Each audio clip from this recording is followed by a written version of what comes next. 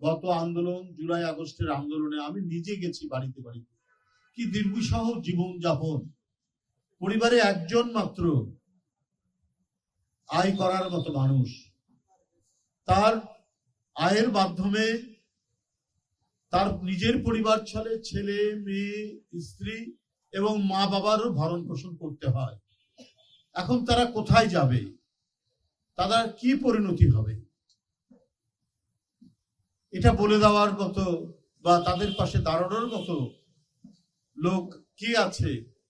এটাই আজ সবচেয়ে বড় দুশ্চিন্তার কারণ। আমি ঈদের দিন গিয়েছিলাম, তার বাসা কামাল, রিক্সা চালক কামালের বাসা। তার মেয়েটা স্কুলে পড়ে, তার বেতন দেবে কে? সে কিভাবে পড়াশোনা করবে? এইভাবে আরো ঢাকা শহরে আমার জানা মতে কত 13-14 জন হবে না রিক্সা চালক, 23 জন রিক্সা চালক হত্যা করা হয়েছে। শেখ হাসিনার বাহিনী তাদেরকে হত্যা করেছে, আইন শৃঙ্খলা বাহিনী এবং তাদের যে যুবলীগ ছাত্র। এই মর্মান্তিক, বেদনাদায়ক, বিয়োগান্তক পরিণতির মধ্যে দিয়ে শেখ হাসিনার পতন হয়েছে। শেখ হাসিনা পালিয়ে গেছে। আজকে এই যে শিক্ষক, শ্রমিক, ছাত্র, শ্রমিক, এদের যে আত্মদান, এই আত্মদান তো ছিল যে গণতন্ত্র শেখ হাসিনা কেড়ে নিয়ে সিন্ধুকের মধ্যে তালা চাবি দিয়ে দিয়েছিল। সেই গণতন্ত্রকে অবমুক্ত করা, সেই গণতন্ত্রকে ফিরিয়ে নিয়ে আসা। 15-16 বছর এদেশের মানুষ তারা ভোট দিতে পারেনি, কারণ অবাধ সুষ্ঠু নির্বাচন দিতে দেয়নি শেখ হাসিনা। দিনের ভোট রাত্রে করেছে, ভোটারদেরকে তার বাড়ি থেকে, তার গ্রাম থেকে, তার এলাকা থেকে বের হতে দেয়নি। জোর জবরদস্তি করে নিজের দলের লোকদেরকে লাইনে দাঁড় করে তাদেরকে দিয়েই বারবার ভোট দিয়েছে। সমস্ত অবাধ সুষ্ঠু নির্বাচনের ইতিহাস, ঐতিহ্যকে দু পায়ে দোলেছেন শেখ হাসিনা। গণতন্ত্রের একটা অন্যতম প্রধান কাজ হচ্ছে নির্বাচন। আমি আমার বন্ধুর সাথে দ্বিমত পোষণ করতে পারি, সুতরাং নির্বাচন দিয়ে দেখব যে অধিকাংশ মানুষ কার পক্ষে, অধিকাংশ মানুষ যাকে ভোট দিবে, সমর্থন দিবে, তার সিদ্ধান্তটা বাস্তবায়ন হবে। এটাই গণতন্ত্র। এটা 16 বছর ধরে এই দেশে শেখ হাসিনা করতে দেয়নি। এই জন্য আন্দোলন, এই জন্য সংগ্রাম, এই জন্য গণতন্ত্রের জন্য কথা বলা। আর এইটা বলতে গিয়ে ইলিয়াস আলী অদৃশ্য, জাকির অদৃশ্য, সুমন অদৃশ্য, চৌধুরী আলম অদৃশ্য, সাইফুল ইসলাম হিরু অদৃশ্য, হুমায়ুন পারভেজ অদৃশ্য, আরো শত শত মানুষ, হাজারের উপরে মানুষ অদৃশ্য করেছে। কারণ এরা গণতন্ত্র চেয়েছে, এরা অবাধ সুষ্ঠু নির্বাচন চেয়েছে, এরা কথা বলার স্বাধীনতা চেয়েছে। এই চাওয়াটাই অপরাধ হয়েছে। এই চাওয়াটার জন্য শেখ হাসিনা দুনিয়া থেকে না কোথায় রেখেছে, গুম করেছে মানুষ। আর আরো তরুণদেরকে বিচার বহির্ভূত হত্যা, কাউকে নদীর ধারে, কাউকে খালের ধারে তাদেরকে হত্যা করেছেন মিথ্যা মামলা দিয়ে বছরের পর বছর কারাগারে রেখেছেন, আয়না ঘরের মধ্যে বছরের পর বছর রেখেছেন। কারণ যাদেরকে সন্দেহ করেছেন এরা বোধহয় আমার পক্ষে নয়, সে সেনাবাহিনীর লোক হোক, সে বিচারপতি হোক, সে কূটনীতিক হোক, এদেরকেও আয়না ঘরে শেখ হাসিনা রেখেছে। তো সবকিছুর মূলেই ছিল গণতন্ত্র। আর গণতন্ত্রের প্রধান উপাদান হচ্ছে অবাধ সুষ্ঠু নির্বাচন। কিন্তু বাংলাদেশে গণতন্ত্রের খুব দুর্ভাগ্য। গণতন্ত্র নিজেই এক দুর্ভাগ্যের মধ্যে পড়েছে। অবাধ সুষ্ঠু নির্বাচন নিয়েই যেন গড়িমসি। জনগণের আস্থা, রাজনৈতিক দল যারা আন্দোলন করেছেন, যারা শেখ হাসিনার আন্দোলনে গুম খুনের শিকার হয়েছেন, তাদের সমর্থন ডক্টর ইউনূস সাহেব পেয়েছেন। কিন্তু কোন সুতার টানে, কার পরামর্শে তিনি নির্বাচন নিয়ে কেন জানি টানা হিচড়া করছেন। নির্বাচন নিজেই একটা মনে হচ্ছে এই সরকারের কারণে টানাপোড়েনের মধ্যে আছে। কেন? এটা তো হওয়ার কথা নয়। এই পরিস্থিতি হবে কেন? আমরা সব না বুঝলেও কিছুটা বুঝি। উনি বলে দিলেন জাপানে গিয়ে যে একটি দল ছাড়া কেউ নির্বাচন চায় না। তো একটি দলের আয়তন কত? একটি দল তার প্রশস্ততা কতটুকু, এটা তো মাননীয় প্রধান উপদেষ্টা তিনি তো বলেননি জাপানে। আর তার মতো দায়িত্বশীল মানুষ কি করে এটা বললেন? যে দলটা যায় না সেই দলের জনগণের সমর্থন কতটুকু এটা আর কেউ জানুক, ডক্টর ইউনূস সাহেব জানেন। এত কিছু জানার পরেও তিনি অবলীলায় বলে দিলেন, মনে হচ্ছে আরো অন্যান্য ছোটখাটো রাজনৈতিক দলের মতো বিএনপিও একটি রাজনৈতিক দল। আজকে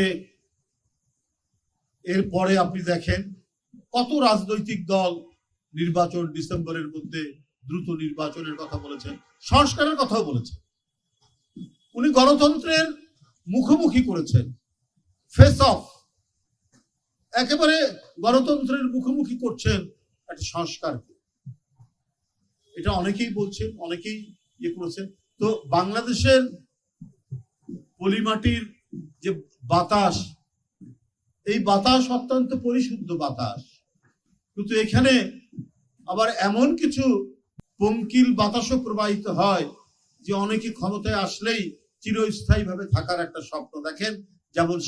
যেমন দেখেছিলেন শেখ মুজিবুর রহমান, যেমন দেখেছেন শেখ হাসিনা, তেমনি আবারও অন্তর্বর্তীকালীন সরকারের মধ্যে এই পঙ্কিল বাতাসটা তাদের শরীরেও লাগছে কিনা, এটা তো মানুষের কাছে একটা বড় ধরনের প্রশ্ন হয়ে দাঁড়িয়েছে। কেন এই অবস্থা তৈরি হয়? কেন আজকে দুই একজন লোকের কথায় বা রাজনৈতিক দলের কথায় তিনি এই ধরনের সিদ্ধান্ত নিচ্ছেন? এপ্রিল মাস প্রচন্ড খরতাপ, বৈশাখ মাস, চৈত্র এবং বৈশাখ প্রচন্ড গরম থাকে, এক।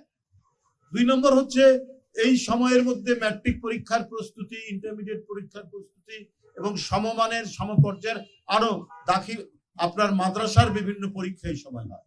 তাহলে এইটা আপনি বেছে নিলেন কি করে? আর কেবল রোজার ঈদ শেষ হবে তো মানুষ রোজার মাসে রোজা রাখবে, সিয়াম সাধনা করবে, না নির্বাচনী প্রচার করবে? কারণ যদি এপ্রিলে যদি আপনার নির্বাচন হয় তাহলে রমজান মাসে নির্বাচনী প্রচার করতে হবে। নির্বাচনী প্রচার তো গুরুত্বপূর্ণ। এখানে যারা শুধু ক্যান্ডিডেট নয়, ক্যান্ডিডেটদের যারা সমর্থক তারাও অন্তর্ভুক্ত থাকবেন। বাংলাদেশের নির্বাচন, অবাধ সুষ্ঠু নির্বাচন একটা উৎসবের মতো। আমরা মনে করি এবারে অবাধ সুষ্ঠু নির্বাচন আমাদের যে প্রত্যাশা, সেই প্রত্যাশা অনুযায়ী হওয়ার কথা। তাহলে গোটা নির্বাচনী প্রচারণাটা রমজান মাসে পড়বে, তো কি করে এটা সম্ভব? রমজান মাস একটা ধর্মীয় পবিত্র মাস, ইবাদতের মাস। মানুষ তারাবি পড়ে, মানুষ সেহরি খায়, মানুষ সারাদিন রোজা রাখে। তো এই রোজা রাখবে না ওই গরমের মধ্যে সে নির্বাচনী প্রচারণা চালাবে? এইটা একেবারে অর্বাচীনের মতো, অপরিণামদর্শী এই সিদ্ধান্ত। কারণ আমরা জানি যে নির্বাচনেরও একটা বছর আছে। এ ধরুন অক্টোবর নভেম্বর থেকে বড়জোর ফেব্রুয়ারি পর্যন্ত একটা নির্বাচনের মাস। আন্দোলনের সময় হয়, নির্বাচন এই সময় হয়। তাহলে এত কিছু জানার পরেও আমাদের যেটা মনে হচ্ছে মাত্র দুই একটি দল এটিকে সমর্থন করছে।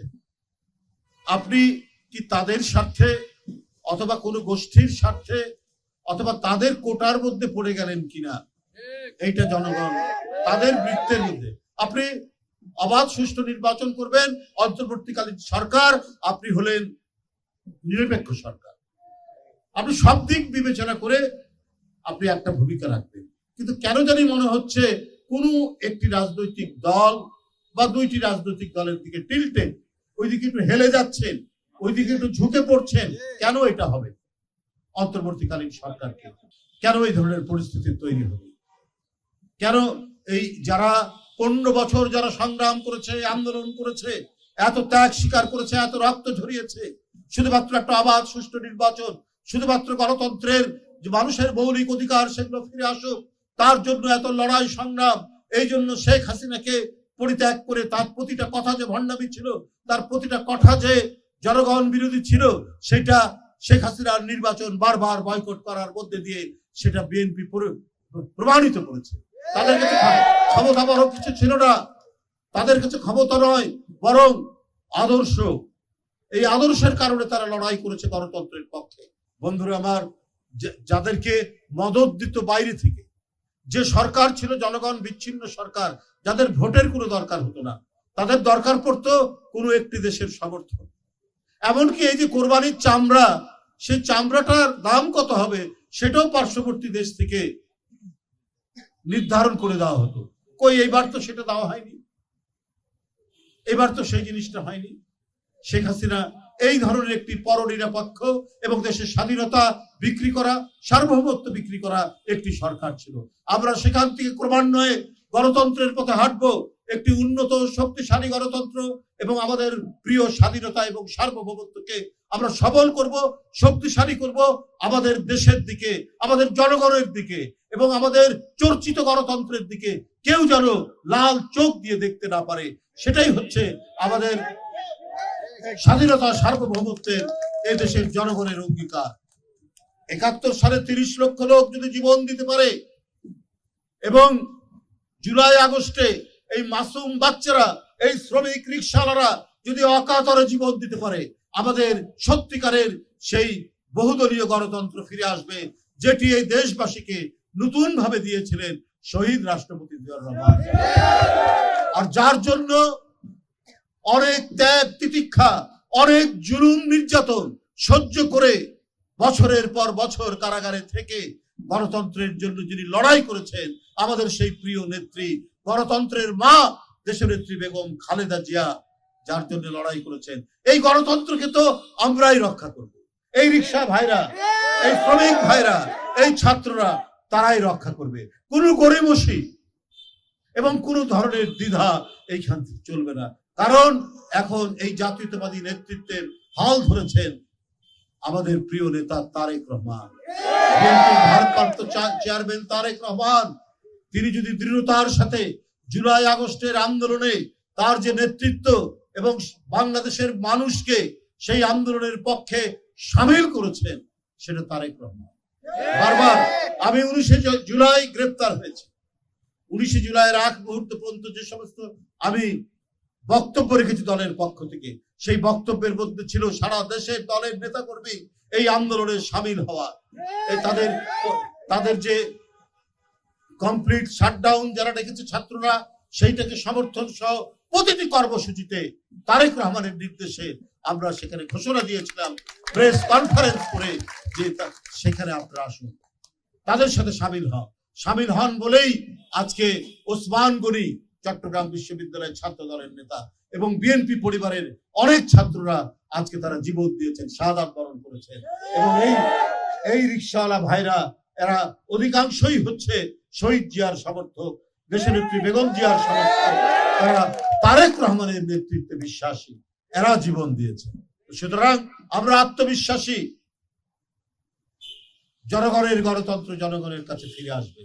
কোন ধরনের নতুন কোন রক্তচক্ষু এদেশের জনগণ মানবে না। ডিসেম্বরের মধ্যেই নির্বাচন নিশ্চিত করুন, কারণ ডিসেম্বরে শীতকাল থাকে, মানুষ অবলীলায় নির্বিঘ্নে ভোট কেন্দ্রে যেতে পারে, নির্বিঘ্নে ভোট দিতে পারে এবং এই সময় সমস্ত পরীক্ষা শেষ হয়ে যায়, একটা স্বস্তি থাকে। সুতরাং এটাই হচ্ছে উপযুক্ত সময়, এই সময়ের মধ্যে নির্বাচনের ব্যবস্থা করুন। এটা যদি করতে পারেন, জনসমর্থিত হবে। অন্তর্বর্তীকালীন সরকার যে কোনো দিকে ঝুঁকে পড়ে না, কোনো দিকে হেরে পড়ে না, সেইটা প্রমাণ হবে। তা না হলে আপনাদেরকে বলবে অমুক দলের সমর্থক ছিলেন আপনারা, তাদেরকে জেতানোর জন্যই আপনারা চেষ্টা করছেন। আপনাদের সকলে ধন্যবাদ জানাচ্ছি।